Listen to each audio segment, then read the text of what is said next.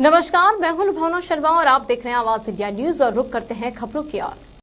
नैनी से फतेह मोहम्मद की रिपोर्ट के अनुसार जिला प्रयागराज गंगा महासभा व यमुना पार विकास संघर्ष समिति के संयुक्त तत्वावधान में पौधारोपण वृक्षारोपण जनचेतना अभियान निरंतर एक माह से कल तक अरेल तट गंगा नदी किनारे नैनी प्रयागराज में संगम समीप वृक्षारोपण टी गार्ड के साथ करते हुए निरंतर प्रगतिशील होते हुए आगे की ओर बढ़ रहा है। इस पर एक माह के दौरान वृक्षारोपण करते समय इन बातों का भी ध्यान रखा गया कि पर्यावरण के साथ वन्य जीव जंतु संरक्षण का भी विशेष ध्यान रखा गया। इन्हीं बातों को ध्यान में रखते हुए फलदार वृक्ष जैसे जामुन, आम, आंवला, शहतूत आदि के भी वृक्ष लगाए गए। इन वृक्षों से पक्षियों के बसेरे के साथ भोजन की आपूर्ति भी इस माध्यम से हो सकती है। संस्थान आगे भी गंगा महासभा व यमुना पार विकास संघर्ष समिति की कोशिश यही रहेगी कि हर वर्ष जुलाई और अगस्त के महीने में फलदार वृक्षों के पौधारोपण से वातावरण के साथ वन्य जीव जंतु संरक्षण की भी मदद हो सके। इस अभियान में वरिष्ठ समाज सेवी सरदार पतविंदर सिंह, कृष्ण कुमार पांडे, सुनीता दुबे, वहीं बच्चे विश्वकर्मा, राजेंद्र श्रीवास्तव, भगवती प्रसाद पांडे, देवेंद्र तिवारी आदि कई लोग मौजूद रहे। नैनी से फतेह मोहम्मद की रिपोर्ट। थोड़ा सा ऐसे काला टाइप के बना देंगे ना ताकि किनारे किनारे किनारे किनारे बीच में पानी डालिए। कहाँ पानी बीच में जगह बनाइए, बीचवा में पानी इसको लगा दे उसमें बीच में थोड़ा जगह बना दीजिए, किनारे किनारे जगह बनाए। इसको ऐसे बगल गोले से बस निकाल लीजिए और स्पेस जी की फतेह। मैं सरदार पतविंदर सिंह पूरी संगत को बहुत बहुत बधाई देता हूं और ख़ासकर पांडे जी को जो यमुना पर संघर्ष समिति के हैं। इन्होंने पूरे वृक्षारोपण किया है। वृक्षारोपण ही नहीं किया है, साथ में वृक्ष भी लगाए हैं और एक जाल भी लगाया है। और हम जैसे लोगों से बहुत जो एकदम पावदान के एकदम नीचे वाली सीढ़ी से भी इन्होंने वृक्षारोपण कराया है। ये बहुत महानता का काम है। नहीं तो हम लोग के जैसे कितने लोग घूम रहे हैं, कोई पूछने वाला नहीं है। मगर ये इनकी शख्सियत है कि सबसे छोटे व्यक्ति को और सबसे नीचे वाले व्यक्ति को भी पूरा हक देते हैं और पूरा मान सम्मान देते हैं। और इन्होंने यमुना पार क्षेत्र में जो हरियाली का हरित क्रांति लाए हैं, इनके बहुत धन्यवाद करता हूँ। और इनका बहुत ऋणी हो कि इन्होंने प्रयागराज को यमुना पार को हरित प्रदेश, हरित नगर, हरित जिला बनाने के लिए जो इन्होंने मांग की है और जो काम कर रहे हैं, बधाई के पात्र हैं। मैं इनको बहुत बहुत बधाई देता हूं और सतगुरु के चरणों में अरदास करता हूं इनको और हिम्मत, शक्ति, साहस प्रदान करें और इसी तरह समाज के बढ़ चढ़ के कार्य करते रहें। वाहिगुरु जी का खालसा, वाहिगुरु जी की फतेह। फिर अपने गाँव को हम स्वर्ग बनाएंगे, अपने अंदर सोया, अपने अंदर सोया देवत्व जगाएंगे। फिर अपने गाँव को हम स्वर्ग बनाएंगे, फिर अपने गाँव को हम स्वर्ग बनाएंगे। अपने अंदर सोया, अपने अंदर सोया देवत्व जगाएंगे। फिर अपनी गलियों को हम स्वर्ग बनाएंगे, फिर अपनी गलियों को हम स्वर्ग बनाएंगे। अपने अंदर सोया, तेरे अंदर सोया देवत्व जगाएंगे, तेरे अंदर सोया देवत्व जगाएंगे। गाँव की गलियाँ हम क्यों गंदी रहने देंगे, अरे गाँव की गलियाँ हम क्यों गंदी रहने देंगे। गंदगी नरक जैसी हम क्यों सहने देंगे। सहयोग और श्रम से, सहयोग और श्रम से यह नरक हटाएंगे। फिर अपने गाँव को हम स्वर्ग बनाएंगे, फिर अपनी गलियों को हम स्वर्ग बनाएंगे। अपने अंदर सोया, अपने अंदर सोया देवत्व जगाएंगे। अपने अंदर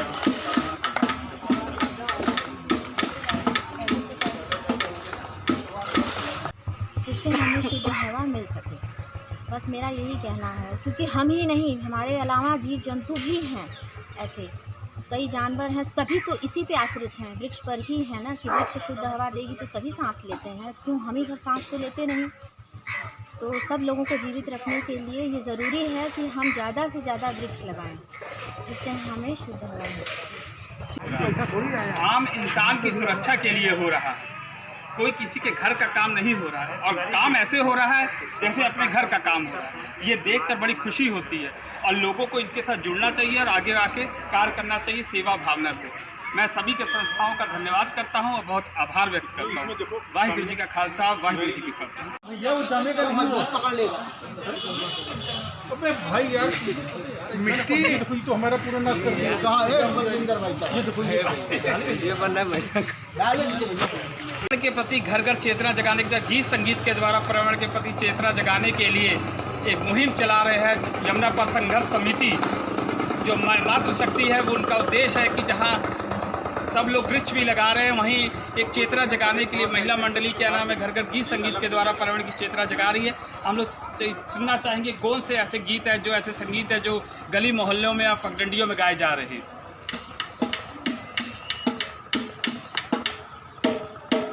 उठो सुनो प्राची से उगते सूरज की आवाज, उठो सुनो प्राची से उगते सूरज की आवाज।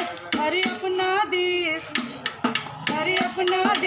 बनेगा सारी दुनिया का सरताज, सारी दुनिया का सरताज। उठो सुनो प्राची से उगते सूरज की आवाज। अरे अपना देश बनेगा सारी दुनिया का सरताज, सारी दुनिया का सरताज। देश में सबसे पहले जिसने जीवन ज्योति जलाई और ज्ञान की किरणें सारी दुनिया में फैलाई।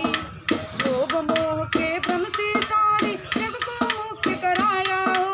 मातृभावना, अरे मातृभावना का प्रकाश सारी जग में फैलाया। अगणित बार बचाई जिसने मानवता की लाज। अपना देश बनेगा सारी दुनिया का सरताज। योगी जी का देश मेरे मोदी जी का देश है। सुनो प्राची से उगते सूरज की आवाज। अपना देश बनेगा सारी दुनिया का सरताज। दिया न्याय का साथ भले ही हारे अथवा जीते, विद्या की लहरी तक न रहे थे परमारथ से पीछे, ओ परमारथ से पीछे। इसी भूमि में वेद पुराणों में थी शोभा पाई हो। जन्माने को जन्म अनेकों बार यहाँ लेते आए रघुराई, लेते आए रघुराई। तो आप लोग देख रहे हैं कैसे युवा मंडली जो मातृशक्ति है वो गीत संगीत के द्वारा पर्यावरण की चेतना जगा रही है। हम लोग महिला मंडली का बहुत धन्यवाद करते हैं जो अपने संगीत के द्वारा वायुमंडल को शुद्ध कर रही हैं और प्रकृति को शुद्ध करने का एक संदेश दे रही हैं। हम बड़ा आभारी हैं। धन्यवाद। वाहिगुरु जी का खालसा, वाहिगुरु जी की फतेह। पंडित जी ये बताइए कि ये कब से अभियान चल रहा है और अभी तक आपने यमुना पर में कितने पेड़ लगा दिए हैं, किस किस प्रजाति के लगाए हैं? ये इधर विगत से 1 महीने से ज़्यादा हो गया है और हम लोग इसमें जब यहाँ पर ये सोचा, यमुना पार संघर्ष समिति ने सोचा कि मानव के कल्याण के लिए कौन से ऐसी सबसे अच्छी योजना है जो इसमें लोगों का कल्याण हो जाए। हम वृक्षारोपण कार्यक्रम को इसलिए महत्व दे रहे हैं क्योंकि इससे चिड़ियों को जो बोल नहीं सकते हैं, मनुष्यों को जिससे ऑक्सीजन हम लेते हैं, ये सारी चीज़ें सिर्फ हमको ऑक्सीजन ही नहीं मिलता है। अगर आप कभी वृक्षों के नीचे बैठ जाइए तो आपको ठंडी ठंडी जो हवा लगेगी, तो इससे जो स्वास्थ्य लाभ होता है, इस सब चीज़ों को ध्यान में रख करके भी हम लोगों ने पर्यावरण के लिए भी कि पर्यावरण शुद्ध हो और जो चिड़िया हैं, जो पशु हैं, उनके लिए भी कुछ खाने की व्यवस्था हो जाए। इसके लिए हम लोगों ने जामुन के पेड़, आम के पेड़, ये सब सारे पेड़ लगाए हैं। हम लोगों की आगे भी 100 पेड़ लगाने की योजना थी, लेकिन कोरोना के कहर ने हमारे उसमें थोड़ा विराम लगाया, लेकिन फिर भी हम करीब 60-65 पेड़ हम लोग लगा चुके हैं। और हम लोगों ने किसी तरीके कोई सहायता तो अभी हमको लोगों को नहीं मिली है, लेकिन जितना अपने पास ताकत हो सकती है। मैं देवेंद्र तिवारी जी का बहुत ऋणी हूँ जो उन्होंने पूरा पैसा इसमें खर्चा किया है और सबसे ज़्यादा खर्चा जो आता है ये आपके जो ट्री गार्ड, इसका खर्चा जो है बहुत ज़्यादा आता है। पंडित जी ये बताइए कि ये कब से अभियान चल रहा है और अभी तक आपने यमुना पार में कितने पेड़ लगा दिए हैं, किस किस प्रजाति के लगाए हैं? ये इधर विगत से 1 महीने से ज़्यादा हो गया है और हम लोग इसमें जब यहाँ पर ये सोचा, यमुना पार संघर्ष समिति ने सोचा कि मानव के कल्याण के लिए कौन से ऐसी सबसे अच्छी योजना है जो इसमें लोगों का कल्याण हो जाए। हम वृक्षारोपण कार्यक्रम को इसलिए महत्व दे रहे हैं क्योंकि इससे चिड़ियों को जो बोल नहीं सकते हैं, मनुष्यों को जिससे ऑक्सीजन हम लेते हैं, ये सारी चीज़ें सिर्फ हमको ऑक्सीजन ही नहीं मिलता है। अगर आप अभी वृक्षों के नीचे बैठ जाइए तो आपको ठंडी ठंडी जो हवा लगेगी, तो इससे जो स्वास्थ्य लाभ होता है, इस सब चीज़ों को ध्यान में रख करके भी हम लोगों ने पर्यावरण के लिए भी कि पर्यावरण शुद्ध हो और जो चिड़िया हैं, जो पशु हैं, उनके लिए भी कुछ खाने की व्यवस्था हो जाए। इसके लिए हम लोगों ने जामुन के पेड़, आम के पेड़, ये सब सारे पेड़ लगाए हैं। हम लोगों की आगे भी 100 पेड़ लगाने की योजना थी, लेकिन कोरोना के कहर ने हमारे उसमें थोड़ा विराम लगाया, लेकिन फिर भी हम करीब 60-65 पेड़ हम लोग लगा चुके हैं और हम लोगों ने किसी तरीके कोई सहायता तो अभी हमको लोगों को नहीं मिली है, लेकिन जितना अपने पास ताकत हो सकती है। मैं देवेंद्र तिवारी जी का बहुत ऋणी हूँ जो उन्होंने पूरा पैसा इसमें खर्चा किया है और सबसे ज़्यादा खर्चा जो आता है ये आपके जो ट्री गार्ड, इसका खर्चा जो है बहुत ज़्यादा आता है। जहाँ हम लोग ने वृक्षारोपण करके एक संदेश देने की कोशिश की है और ट्री गार्ड लगा के बिछड़, वहीं पे गीत संगीत पर्यावरण की चेतना जगाने के लिए, क्योंकि ये संगम क्षेत्र है, सोमेश्वरनाथ मंदिर है, बहुत श्रद्धालु का आना जाना लगा रहता है, तो यहाँ पे हम लोग ने गीत संगीत के द्वारा भी, जो महिला मंडली है, मातृशक्ति है, उन्हें गीत संगीत के द्वारा भी पर्यावरण चेतना का जगाने का बड़ा बीड़ा उठाया है और ऐसा काम दिन रात कर रही है। जहाँ हम लोग पेड़ लगा रहे हैं वहीं गीत संगीत के द्वारा पर्यावरण के प्रति लोगों की चेतना भी जगा रहे हैं कि वो स्वयं आगे बढ़ के आएँ, हर व्यक्ति पेड़ लगाए, वृक्षारोपण करे, जिससे वायुमंडल शुद्ध हो सके। तो हम इनसे, अनुराधा जी से चाहेंगे कि किस तरह आप चेतना जगा रही हैं गीत संगीत के द्वारा, वो जरा बताने की कृपा करें। हाँ जी अनुराधा जी, आप कैसे संदेश दे रही हैं पर्यावरण के बारे में? मैं कहूँगी कि हर बंदा साफ सफाई पे ध्यान दे और पेड़ लगाए, हर अपने जन्मदिन पे एक पेड़ जरूर लगाए, जिससे वो आगे आने वाली पीढ़ी हमारी उससे प्रेरणा ले। और सर उसी उपलक्ष्य में मैं एक गीत, वृक्षारोपण सब हो रहा है, ये आप अपने जैसे युवाओं को क्या कहना चाहेंगे? ये कहना चाहेंगे कि जैसे अपने घर में बाल बच्चों को आप जन्म देते हैं, उनको पालते हैं, पोसते हैं, ये पेड़ हमारे लिए सांस लेने के लिए बहुत बड़े जीवनदायी है। मरने से लेकर पूजा से पाठ तक हर पेड़ की ज़रूरत होती है। फूल से पत्ती से लेकर के ये ना रहे तो हमारा जीवन व्यर्थ। और खींचिए अपनी तरफ।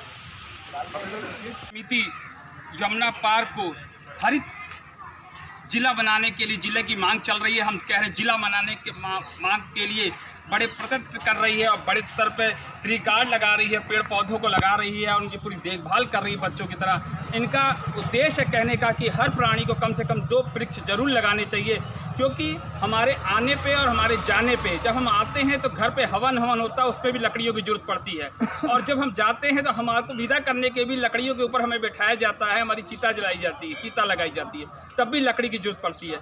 तो हम पर अपने कम से कम सही संस्कार के लिए तो वृक्ष लगाने ही चाहिए।